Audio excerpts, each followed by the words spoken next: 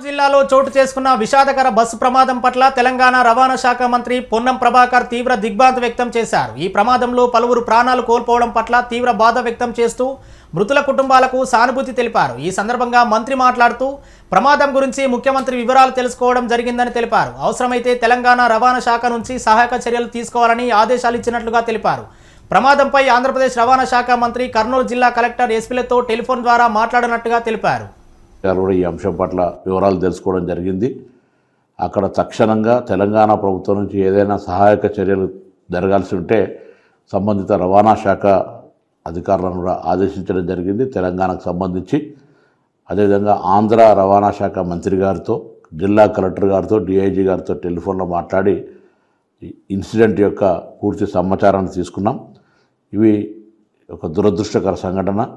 దీని పట్ల భవిష్యత్తులో, ఎందుకంటే హైదరాబాద్ వయా ఆంధ్ర, కర్ణాటక వయా ఆంధ్ర, హైదరాబాద్కు రోజు వేల మంది ప్రయాణం చేసే ఈ యొక్క బస్సు వ్యవస్థలో అన్ని రకాల చర్యలు తీసుకోవడానికి ముగ్గురం ట్రాన్స్పోర్ట్ కమిషనర్ తొందరలో సమావేశమై తదుపరి ఇటువంటి ఇన్సిడెంట్ జరగకుండా తీసుకోవాల్సిన చర్యలను తీసుకుంటాం.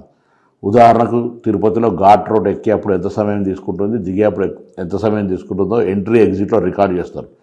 ఇక్కడ కూడా హైదరాబాద్ నుంచి బెంగళూరుకి వెళ్ళినా, హైదరాబాద్ నుంచి తిరుపతికి వెళ్ళినా, హైదరాబాద్, విజయవాడ, రాజమండ్రి, వైజాగ్లకు వెళ్ళినా ఇటువంటి నిబంధన తేవడం ద్వారా స్పీడ్ లిమిట్, యాక్సిడెంట్ నివారించే హక్కు ఉంటుంది.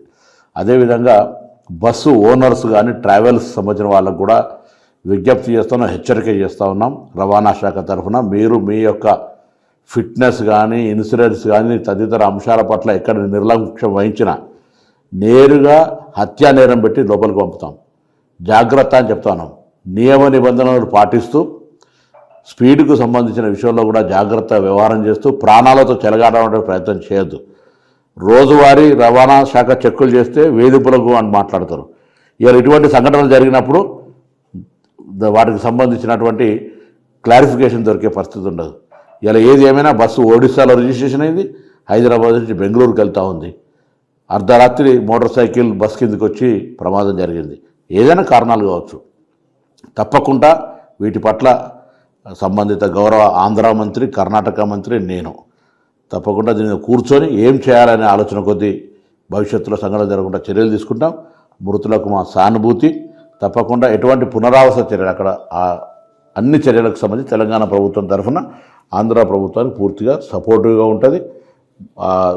ప్రమాదం నుంచి బయటపడ్డ వాళ్ళందరికీ కూడా ఇప్పటికే ప్రాథమిక సమాచారంలో అన్ని రకాల చికిత్స, దాని తదుపరి అన్ని చర్యలు తీసుకుంటూ ఉన్నారు. కాబట్టి మరొకసారి తెలంగాణ ప్రభుత్వం తరఫున ఈ